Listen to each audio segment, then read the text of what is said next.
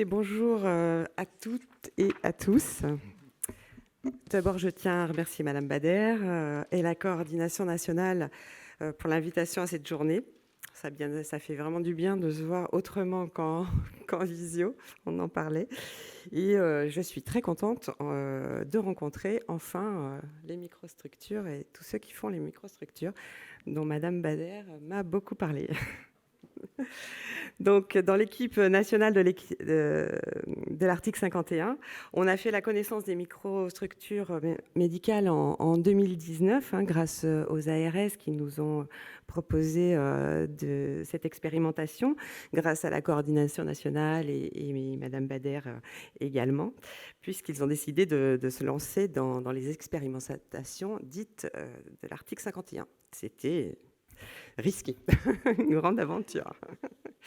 Et puis nous, on démarrait en tant qu'article 51 également, donc voilà, tout le monde se testait. Et donc ça a été une belle rencontre avec Madame Bader et une belle rencontre aussi avec les microstructures et cette expérimentation qui paraissait prometteuse, puisque vous l'aviez rappelé, Nicolas l'a rappelé, tout le monde l'a rappelé, c'est pas les microstructures, c'est pas né avec l'article 51, c'est une belle et longue histoire, je crois que c'est ça que tu as dit, Nicolas. Donc, comme ce dispositif de l'article 51, il est relativement récent, vous n'êtes sans doute pas tous familiers du cadre de ces expérimentations. C'est pourquoi il nous avait semblé utile, en parlant avec Madame Bader et Adélaïde, peut-être de vous rappeler un peu le cadre administratif. Donc, ça sera beaucoup moins passionnant que les interventions que vous avez eues avant. On retombe dans l'administratif, mais bon, c'est toujours important d'avoir le cadre pour comprendre comment on peut avancer. Donc, toc, voilà. Donc, Nicolas l'a rappelé, ce dispositif de l'article 51, il est issu de la loi de financement de la sécurité sociale de 2018. Cet article, c'est un cadre juridique qui va nous permettre de déroger à des règles de financement et d'organisation de droit commun pour des expérimentations, pour mettre en place des expérimentations d'innovation en santé. On dispose, dans le cadre de ce cadre juridique, d'une centaine de dérogations possibles au Code de la santé publique et plus d'une centaine même au Code de la santé publique et au Code de la sécurité sociale. Et donc, c'est important et assez intéressant. Ça nous permet de faire des modèles innovants en passant outre les freins et les petits blocages des fois du droit commun. Donc, ce qui est important de préciser, c'est que ces expérimentations article 51 ne sont éligibles justement que si on a une dérogation, au moins une dérogation, sinon ce n'est pas éligible. La loi a également, pour permettre de mettre en place ces expérimentations, la loi a créé un fonds national d'innovation en santé qui est géré par la CNAM et qui va permettre de financer ces expérimentations. Donc tout ce qui est prestation de soins, mais aussi de l'ingénierie et des crédits pour amorcer les projets. Et enfin, la loi a prévu quelque chose qui est très important, c'est l'évaluation. Donc l'article 51, maintenant comme on l'appelle,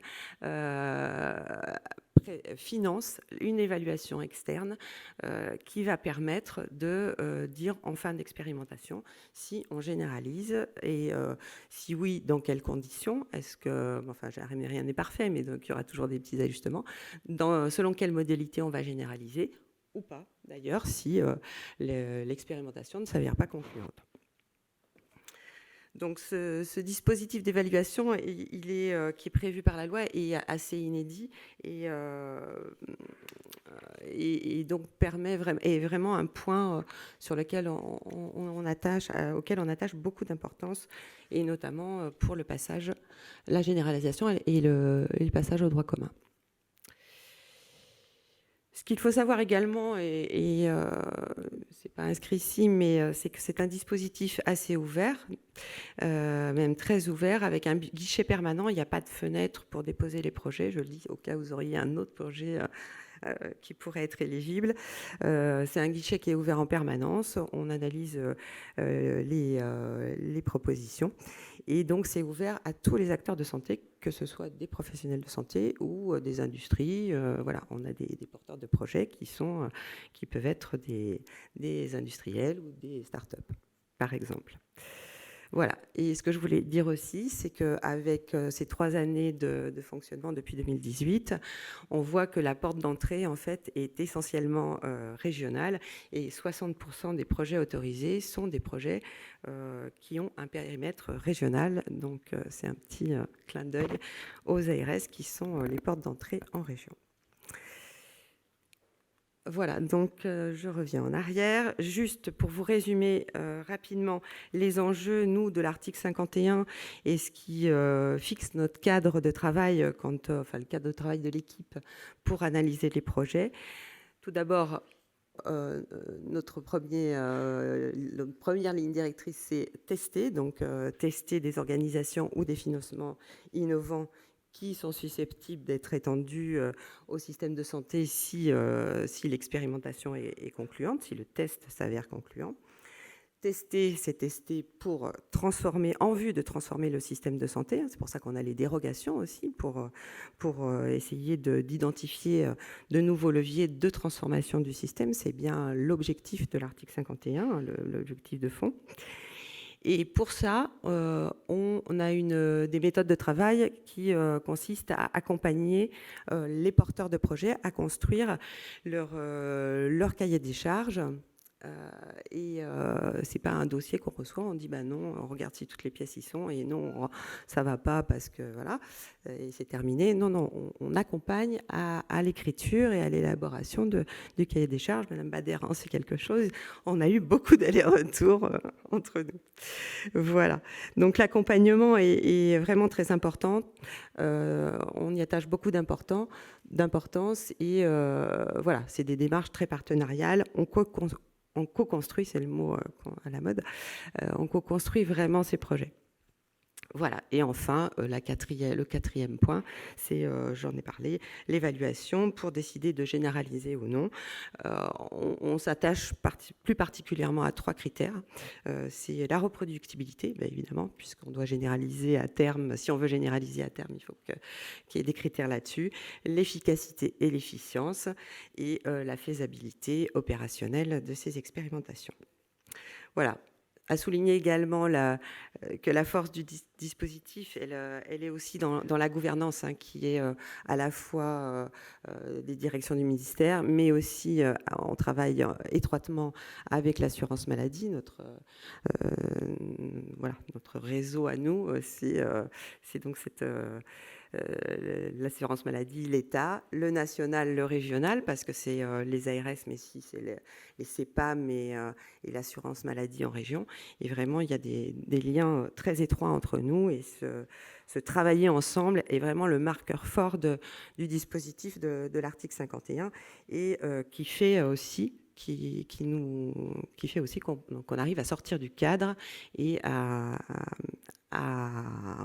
promouvoir toutes les dérogations qui nous sont possibles.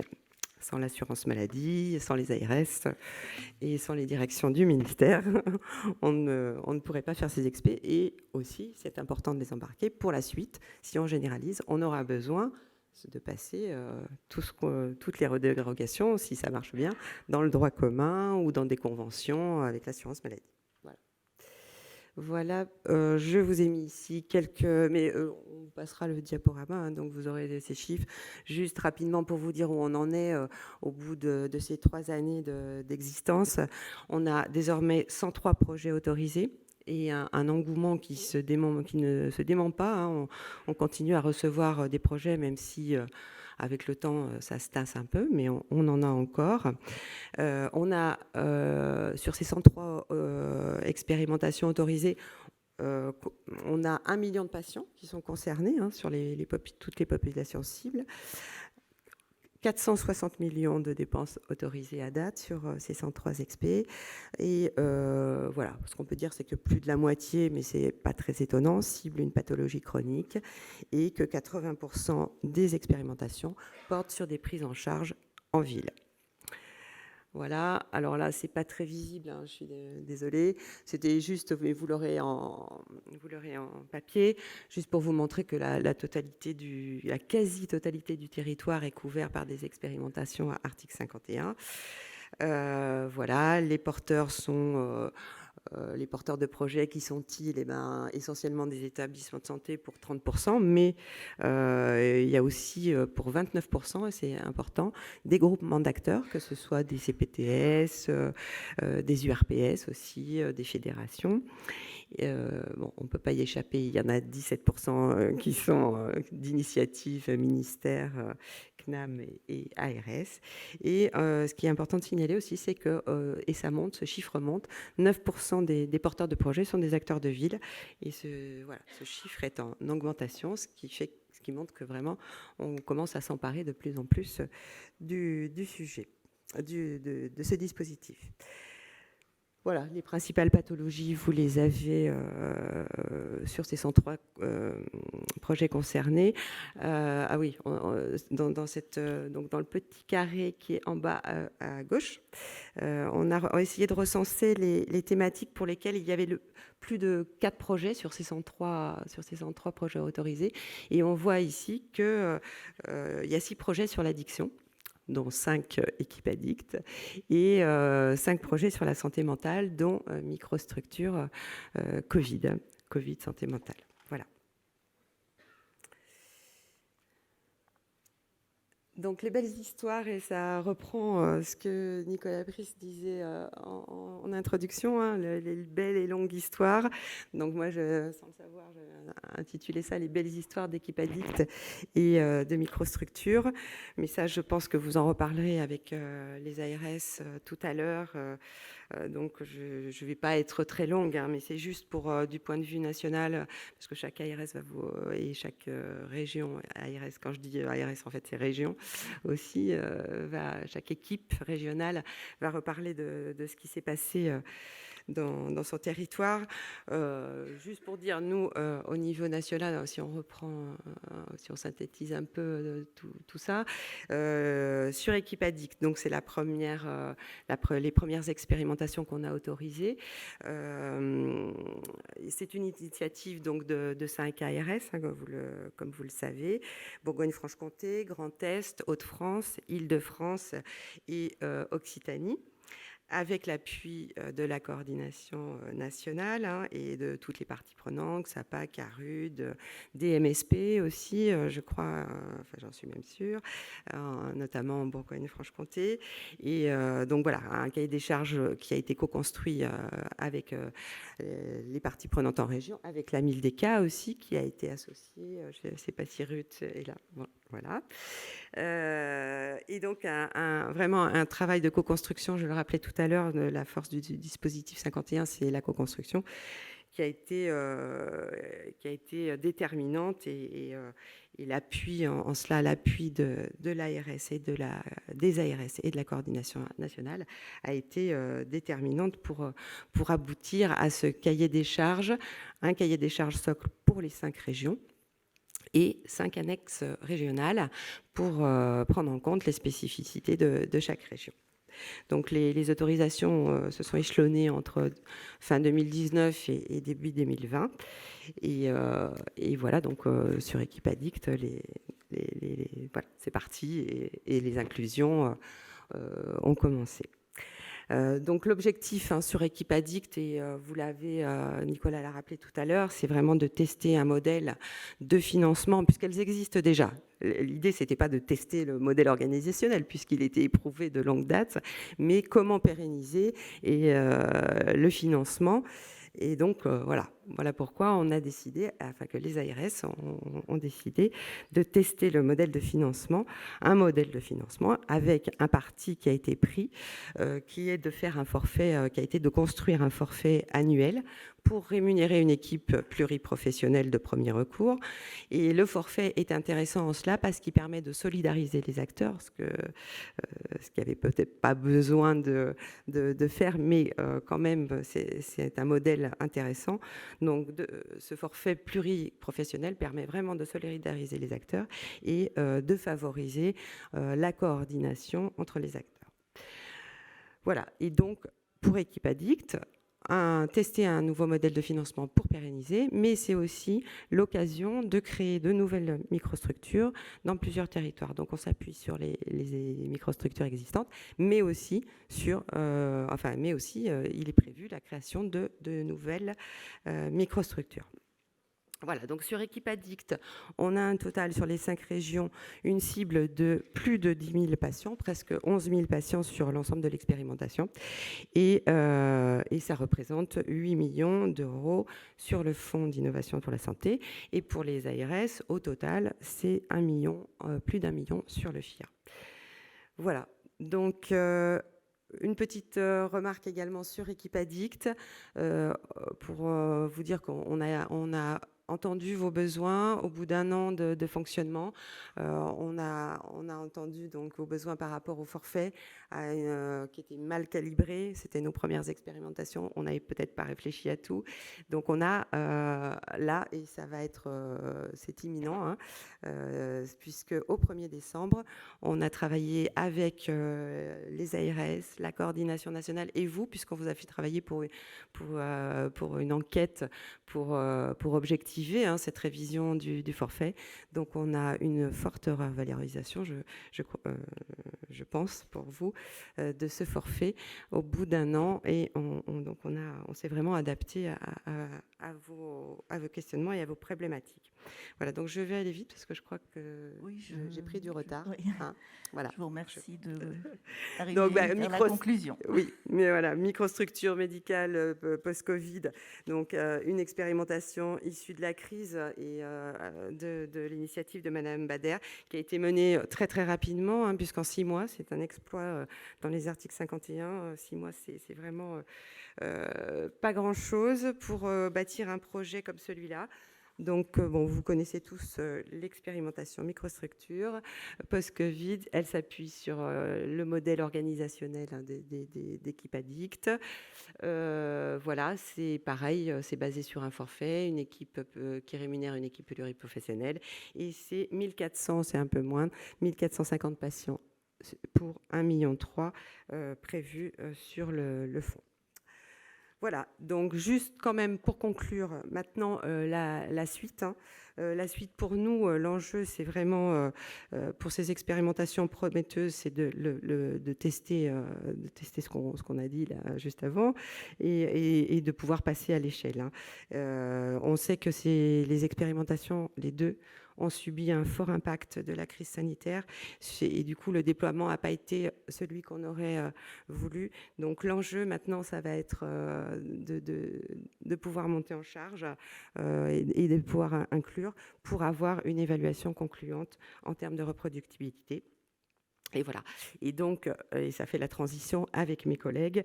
C'est très, très important aussi de dire que ces expérimentations, elles sont pas comme ça, voilà, en l'air. Elles sont vraiment inscrites dans les territoires, dans les projets régionaux de santé des ARS. Elles sont inscrites et en articulation avec nos priorités ministérielles, nos priorités politiques. Et donc, ça fait la transition avec les interventions d'Adeline et de Marianne, Adeline sur les addictions et Marianne sur la feuille de route santé mentale notamment, et toutes les mesures Ségur, etc. Voilà, donc je passe vite puisque j'ai pris du retard. Et voilà. Et avant de leur laisser la parole, vous aurez compris qu'on suit au niveau de l'article 51 vraiment avec attention le développement de ces projets et nous attendons la suite avec impatience pour poursuivre la belle et longue histoire, pour reprendre les mots de l'introduction. Et voilà, ce que je voulais vous dire aussi, c'est qu'avec l'équipe de l'article 51, on est vraiment très fiers d'avoir Equipaddict et microstructure Covid parmi les expérimentations de l'article 51. On les cite souvent en exemple. Donc voilà, on attend.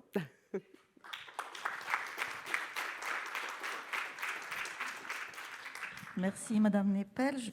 Nous allons passer la parole à Adeline Berge-Merveilleux, donc de la Direction générale de l'offre de soins.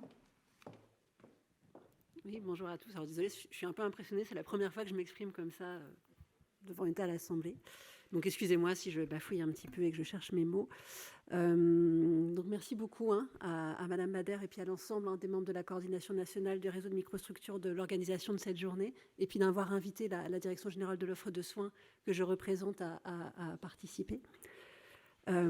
Pour commencer, je souhaiterais rappeler que l'ampleur de la problématique des conduites addictives et des addictions, ainsi que leur prise en compte par le système de santé, représente un enjeu majeur de santé publique.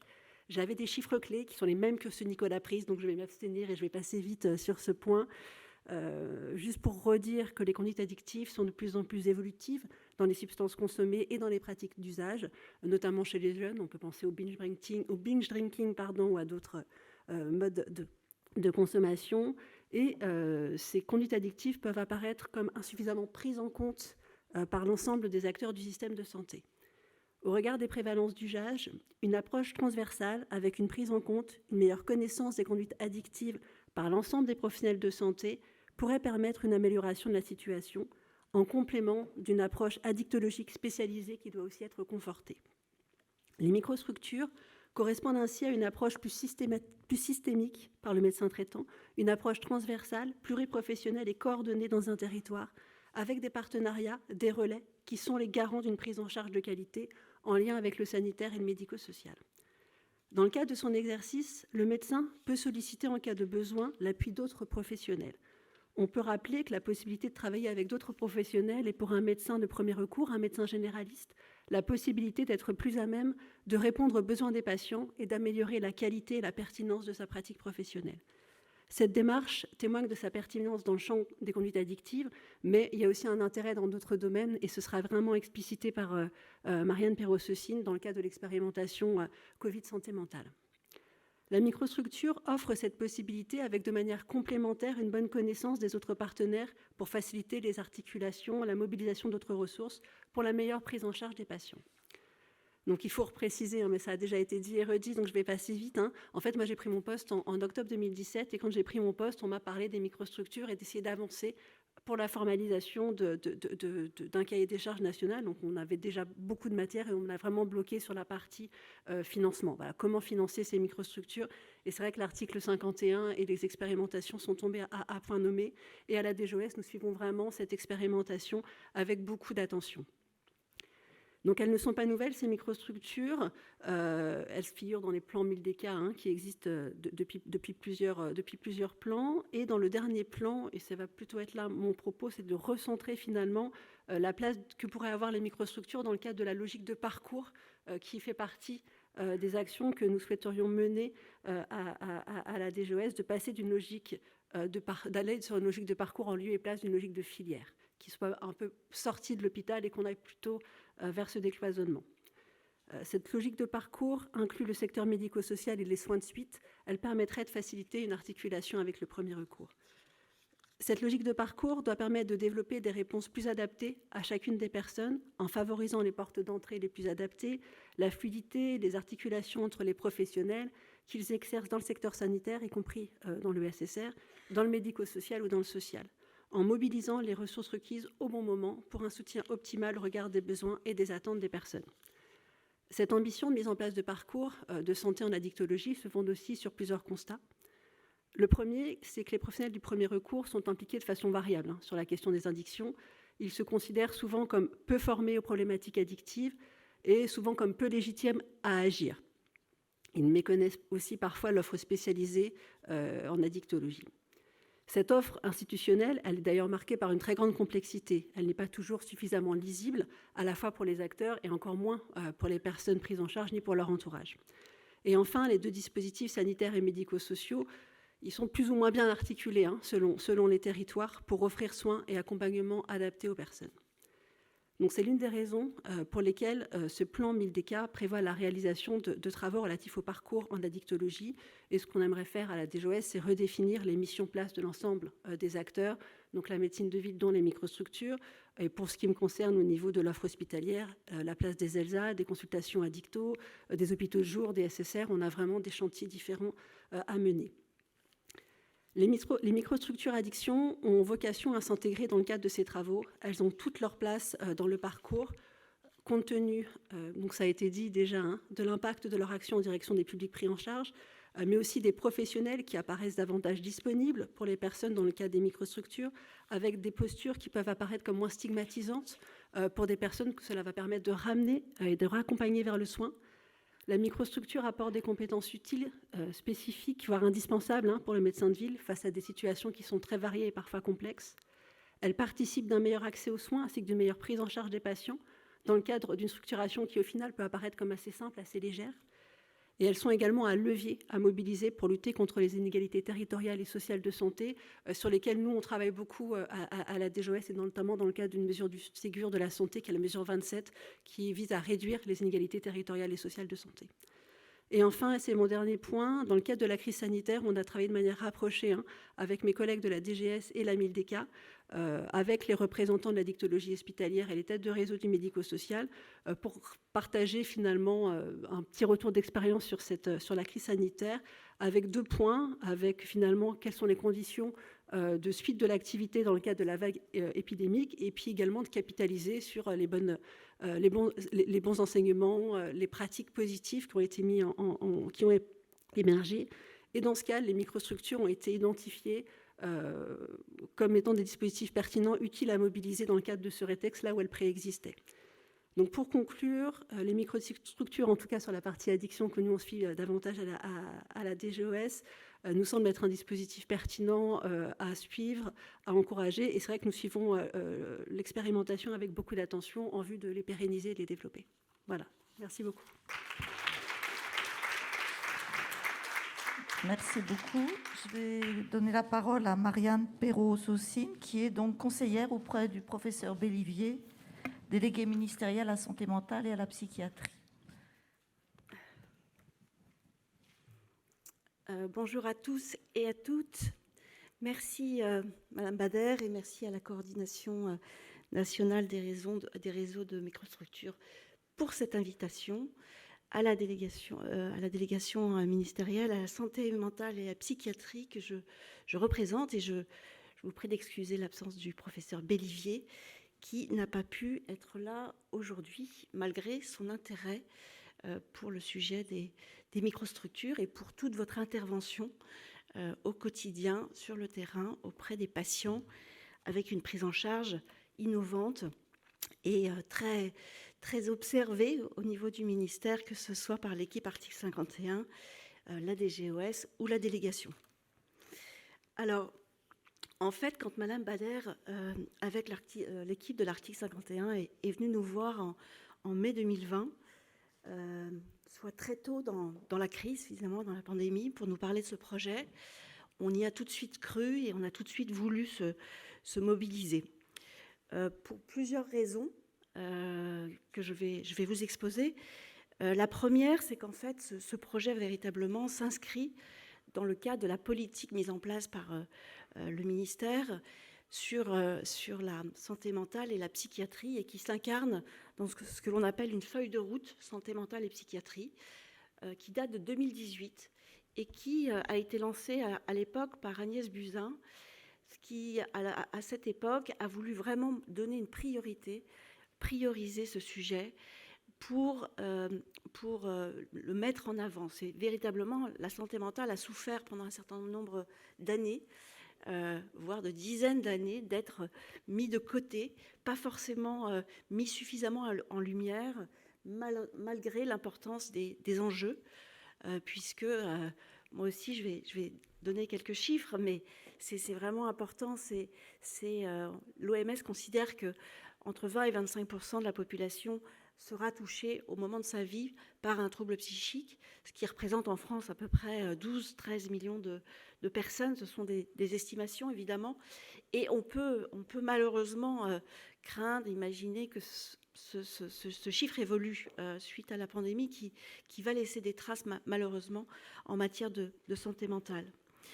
La consommation de psychotropes, on est le premier pays européen, voire au monde, avec malheureusement une consommation excessive, des jeunes particulièrement touchés. On l'a vu là encore par la pandémie, avec un taux de suicide chez les jeunes, chez les 15-25 ans, qui est la première cause de mortalité.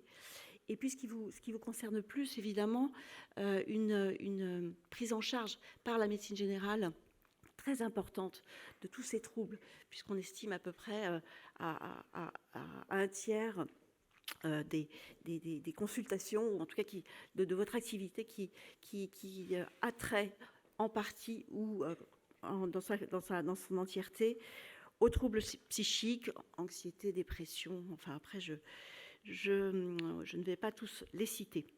Donc, il y a cette volonté en 2018 et avant l'épidémie de donner vraiment un focus sur ce sujet. La feuille de route santé mentale et psychiatrie, c'est 37 actions. Je ne vais pas vous les détailler plus, mais c'est pour vous montrer qu'il y a une vraie volonté politique d'intervenir, de prendre ce sujet au sérieux. Et finalement, l'histoire nous montre que l'on a eu bien raison. L'importance de cette feuille de route, c'est qu'elle couvre l'ensemble des champs. Ce n'est pas uniquement la prise en charge, mais ça couvre aussi la prévention, la promotion du bien-être, l'inclusion sociale, les droits des patients. Donc c'est vraiment une action, un programme, une politique engagée de façon globale. Je vais pas pouvoir vous donner tout ce qui a été fait. Je vais donner un focus en fait sur une attention qu'on a eue dès le début de travailler sur le premier recours. Et on a particulièrement travaillé à la suite d'un rapport de l'IGAS sur l'inclusion des psychologues dans le parcours de soins, avec l'idée que véritablement le psychologue devait avoir sa place dans ce parcours, devait intervenir et que ça pouvait être une ressource en lien avec vous, avec la médecine générale, pour prendre en charge un certain nombre de troubles, légers à modérés, en articulation ensuite avec des soins plus spécialisés. Et c'est véritablement quelque chose qu'on a travaillé dès 2019 avec avec les représentants des psychologues, les représentants de la médecine générale, avec le CMG, avec les représentants des maisons de santé, des centres de santé. Et c'est quelque chose qui a été vraiment important pour nous.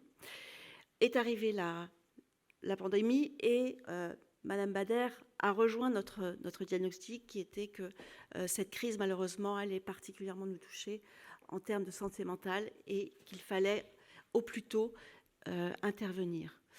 De notre côté, on avait déjà mis en place une cellule de crise dédiée à la psychiatrie, renforcer l'appui territorial à certains services pour prendre en charge l'afflux de patients et les conséquences en matière de santé mentale. Finalement, il n'y a pas eu une vague dans les établissements psychiatriques, mais il y a eu plutôt des conséquences sur la santé mentale de l'ensemble des patients touchés par la pandémie. On a mis en place des plateformes d'écoute, de la communication générale. Là encore, je ne vais pas tout vous citer, mais on a eu véritablement cette prise de conscience parallèlement au projet, à la naissance et à la conception du projet microstructure santé mentale, du fait qu'il fallait intervenir vite et sur le terrain et de façon articulée et en coordination avec tous les acteurs. Ce fut notamment la mesure, je dirais, parallèle à la microstructure, le dispositif microstructure santé mentale. C'est la mesure du Ségur de la santé qu'on a mise en place dans les maisons de santé pluriprofessionnelles et les centres de santé. Certains d'entre vous, évidemment, ont vu ce dispositif peut-être parallèlement ou arriver avant, en même temps, que le dispositif microstructure. Et c'est pour ça que c'est important que vous ayez aussi une notion globale de l'ensemble des dispositifs qui se mettent en place, qui parfois ne sont pas suffisamment coordonnés, peut-être parce qu'ils proviennent d'acteurs différents. Et notre travail, notamment à la délégation, est essayer de coordonner et d'articuler au mieux et d'informer au mieux sur l'articulation. Enfin, dernier dispositif pendant la crise, ce fut les dispositifs d'urgence de prise en charge psychologique pour des patients à partir de 3 ans sur adressage du médecin généraliste. Ça a été vraiment quelque chose sur lequel, dès lequel on a tenu, c'est-à-dire c'est pas un adressage du médecin généraliste et c'est incontournable. Le dispositif psy-enfant-ado et puis le dispositif préalable pour les étudiants, de la même manière, un accès à un certain nombre de séances de psychologues après passage et évaluation par le médecin généraliste. La troisième raison pour laquelle nous sommes nous soutenons à la fois ce dispositif et nous sommes très attentifs et très intéressés, très curieux, c'est que microstructure santé mentale est complémentaire de ce qui se met en place également pour la population générale, qui est finalement la généralisation de l'expérimentation de l'assurance maladie sur la prise en charge des troubles légers à modérés et qui permet aux patients de bénéficier de séances de psychologue après adressage du médecin. Donc l'assurance maladie va rembourser pour des personnes à partir de 3 ans après évaluation du médecin pour des troubles légers à modérés. Donc ce seront des troubles anxieux et ou dépressifs, des troubles du comportement alimentaire de gravité légère et de mésusage de tabac et d'alcool hors dépendance. Il va se mettre en place en 2022, 7 à 8 séances. C'est un pas majeur pour la population générale, avec un accès à des soins qui n'étaient pas accessibles jusqu'ici pour des raisons financières, malheureusement, à toute une partie de la population. Le projet microstructure, et je vais en terminer là, reste essentiel et vraiment important pour nous à plus d'un titre, et on l'a dit précédemment, il y a cette spécificité des patients que vous prenez en charge, et ça a été dit, les personnes qui sont dans les microstructures sur ces projets-là, on ne les voit pas ailleurs, et cet accompagnement que vous mettez en place, notamment avec la valence sociale, que l'on n'a pas véritablement dans les dispositifs que l'on a conçus et dans ce qui va être généralisé en 2022, pris en charge, ou en tout cas de façon intégrée. Et c'est vraiment cette intégration qui couvre l'ensemble de cette approche inclusive, qui couvre l'ensemble des aspects de la personne, la génétique, la biologie, la généalogie, le social, l'économique, et le somatique, et le psychologique, et le psychiatrique. On en a parlé. C'est vraiment un focus sur une population qui nous est forcément très importante et que l'on n'a pas forcément et que l'on a du mal à toucher, et que les dispositifs généraux pour la population ne permettront pas forcément de toucher. Un chiffre que je n'ai pas cité tout à l'heure, c'est que les publics précaires souffrent de troubles psychiques pour un tiers d'entre eux, et que ce sont souvent des troubles psychiatriques. Deuxième élément qui est vraiment important pour nous dans les projets que vous portez, c'est l'articulation avec les structures territoriales, et on sent que vous avez véritablement un tissu, un réseau et lier un tissu avec les structures sociales, médico-sociales, avec les CPTS, avec les CLSM. Enfin, on a pu voir ça avec les allers-retours sur les dossiers. Vraiment, il y a une volonté de s'intégrer dans le paysage et de se travailler avec de la dentelle, avec tout type d'acteurs. Et c'est véritablement ce que l'on cherche à pousser, et qui n'est pas forcément évident, compte tenu de l'activité de chacun et parfois du cloisonnement des systèmes. Et puis, bon là, c'est un peu plus technique, c'est intéressant pour nous de voir l'intérêt du forfait par patient. C'est une façon différente de rémunérer une action, un programme, un dispositif. Et là encore, l'évaluation va être vraiment majeure. Donc nous sommes très impatients de bénéficier de la première évaluation intermédiaire qui aura lieu en 2022, qui permettra peut-être d'ajuster ou d'inspirer un certain nombre d'actions que l'on mène dans le cadre de la feuille de route et des assises de la santé mentale qui se sont tenues fin septembre. Voilà. Je vais vous demander de conclure. Oui, un grand merci, vraiment un grand merci, un grand bravo pour ce que vous faites. Et nous sommes à votre disposition, à disposition de Madame Bader, mais à votre disposition pour échanger et avancer tous ensemble. Merci beaucoup.